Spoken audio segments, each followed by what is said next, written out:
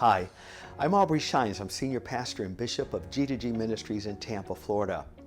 Recently, Representative Jim Clyburn, the great representative out of the state of South Carolina, he was being interviewed on several shows, and one of the issues that was asked of him was about several of the candidates that are running for the presidency of the United States in his own party, the DNC Party.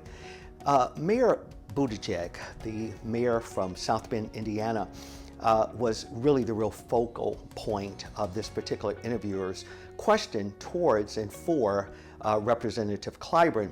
Clyburn, in essence, said something like this, that Buttigieg can't win the black vote. I was shocked, number one, that he said it, Clyburn himself being black.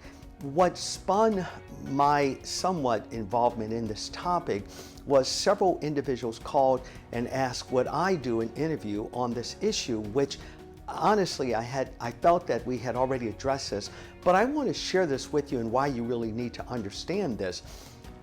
Clyburn realized something that most in the evangelical world realize, and that's this: Buttigieg will never ever get the black vote. The press won't tell you this, but if you study statistics, one of the things that you will find is that even though blacks, historically, at least for the last 70 years, let me put that in proper content, have really only been voting for Democrats for just several decades.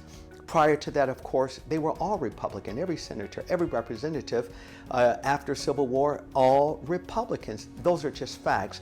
But with that being said, you may want to understand why Buttigieg cannot win in the black community.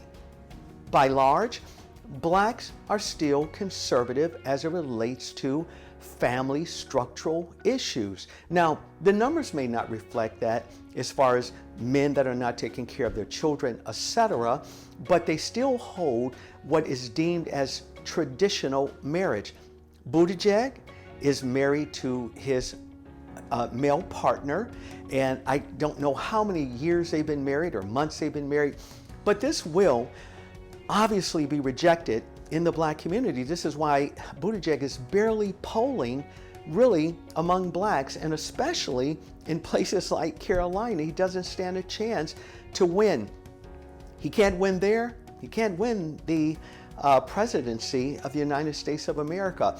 You got to go through the Carolinas, you got to go through Texas, you got to go through Florida, and you got to go through a whole lot of other places. And blacks that have primarily in the last several decades that have been voting for the Democrats, never ever going to vote for Mayor Pete Buttigieg. That's just a reality. Now, you may feel, well, that's just bias. No, everyone in America has a right to their beliefs, and this is the beauty of America. It doesn't mean that they hate them, doesn't mean that they don't want them to do well and have a good job, but they hold certain values and certain truths to heart. And his lifestyle is never ever going to afford him the vote of the masses of blacks. When Buttigieg comes out and he says things, and I was reading this very recently, that when he is elected president, he's going to bring Christianity back to the White House. I was a bit perplexed because I thought, what type of Christianity is he referencing? Let me see. He's against traditional marriage. That's biblical. He is for infanticide. Again, unbiblical. And the list could go on and on. I think you follow the trend. Now, why do you need to know this? A few reasons. One, the media is not talking about Clyburn because Clyburn happens to be black. Now, had Donald Trump or some black conservative like Senator Scott there in the great state of Carolina or other conservatives said the same thing that Clyburn said, they would be asking for that individual to resign, that he is a racist, that he's homophobic, how dare he hold these views. Well, these are not homophobic views. These are views that Judeo-Christian believers simply have, and they operate in them. Why do you need to know this? Every time you vote for the DNC Party, you're voting against yourself in these areas. See, you can't say that you're an open-minded individual when you vote for individuals like Buttigieg that would unfortunately deny you the same rights that he has. He wants to silence you. He doesn't want your Judeo or Christian views to be expressed in the workplace. If you don't have this myopic view, and by the way, a very false view, certainly one that is not steeped in orthodoxy, then you will be silenced. You'll be silenced from the workplace. You'll be silenced. You'll be banned as homophobic. You'll be banned as a lot of things.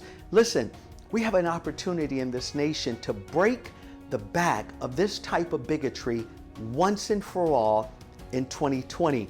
You can help me do it simply by not voting for Buttigieg or anyone that represents his views. You need to know this information. Until I come to you again, I bid you peace.